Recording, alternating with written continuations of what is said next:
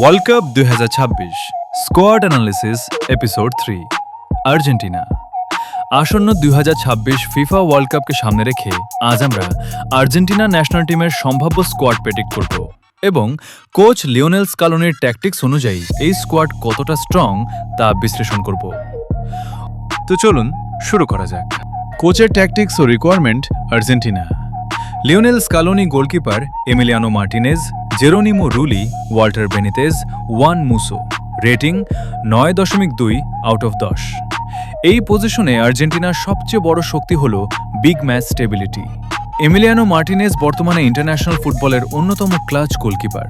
Penalty moments, high pressure situations ও defensive command সব জায়গাতেই তার ইম্প্যাক্ট এলিট লেভেলের। স্কালোনির সিস্টেমে দিবুর শর্ট স্টপিং ও composure perfect fit. Rulli reliable backup.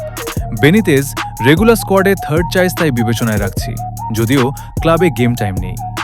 Musso recently অ্যাটলেটিকোতে গেম টাইম পাচ্ছিল। বেনিতেজকে সরিয়ে স্কোয়াডে ঢোকার সম্ভাবনা রয়েছে। Centre backs Cristian Romero doubtful.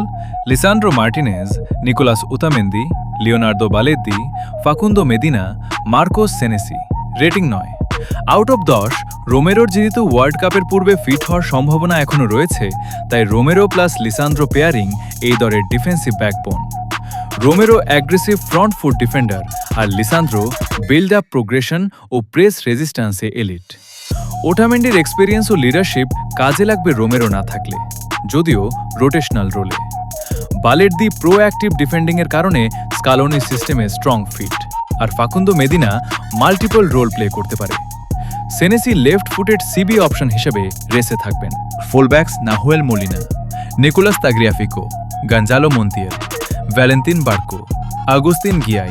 Rating 8.4 out of 10। এটা হয়তো স্কোয়াডের অন্যতম ব্যালেন্সড ইউনিট। মোলিনা রাইট সাইডে উইথ ও overlapping threat, specially Messi centrally drift করলে। তাগলিয়াফিকো ডিফেন্সিভ ডিসিপ্লিন ও বিগ ম্যাচ রিলায়েবিলিটি, আর মন্টিয়েল ট্যাকটিক্যাল ইউটিলিটি অপশন। তবে সবচেয়ে ইন্টারেস্টিং প্রোফাইল হল ভ্যালেন্তিন বার্কো, যাকে ইনভার্টেড ফুলব্যাক অথবা মিডফিল্ডার রোলে গ্রুম করা হচ্ছে। স্কালোনির অ্যাসিমেট্রিক্যাল বিল্ড আপ স্ট্রাকচারে বার্কো হিউজ ট্যাকটিক্যাল ওয়েপেন হতে পারে। গায়ে রোটেশনাল অপশন হিসেবে খুব কাছাকাছি। মোলিনা এখন ইনজুর্ড হলেও ওয়ার্ল্ড কাপের পূর্বে ফিট হতে পারেন। Midfielder Enzo Fernandez, Alexis Mac Allister, Rodrigo De Paul, Exequiel Palacios, Leandro Paredes, Thiago Almada, Nico Paz, Claudio Echeverri, Maximo পেরোনে।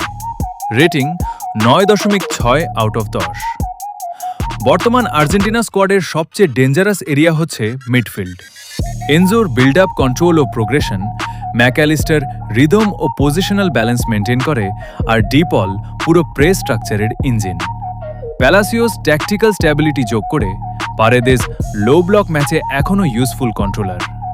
আলমাদা hybrid creator profile, আর নিকো পাজ ও এচেভরি রোটেশনাল টেকনিক্যাল কোর হিসেবে integrate হচ্ছে।